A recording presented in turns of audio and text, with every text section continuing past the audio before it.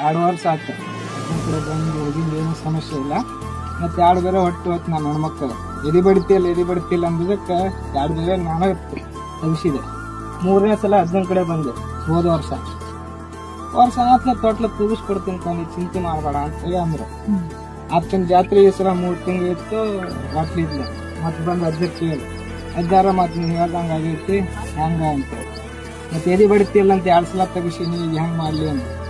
ಒಟ್ಟ ತಲೆ ಕೆಡಿಸ್ಕೋಬೇಡ, ನನ್ನ ಹೆಸರು ಹೇಳಿ ನನ್ನ ಮೇಲೆ ಭಾರ ಹಾಕಿ ಹೋಗು, ಹೋಗಿ ಕ್ಯಾಶ್ ನನ್ನ ಮೇಲೆ ಭಾರ ಹಾಕಿ ಹೋಗಿ ಕ್ಯಾಶ್ ಏನಿಲ್ಲ ಸ್ಕ್ಯಾನ್ ಮಾಡಿಸು, ಎದಿ ಬಡಿತೈತಂತಾರ, ನೀ ಅನ್ಕೊಂಡಿದ್ದು ಕೊಡ್ತೀನಿ ಹೋಗು ಅಂತೇಳಿ ದುಬ್ಬ ಚಪ್ಪರಿಸಿ ಕಳಿಸಿದ್ರು. ಅದೇ 8 ದಿನದಾಗ ಹೋಗಿ ಕ್ಯಾಶ್ ಸ್ಕ್ಯಾನಿಂಗ್ ಮಾಡಿಸಿದೆ ಕಟಾರಿ ಬಾಯಿ ಕಡೆ.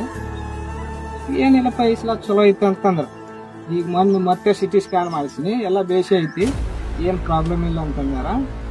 ಹಂಗಾಗಿ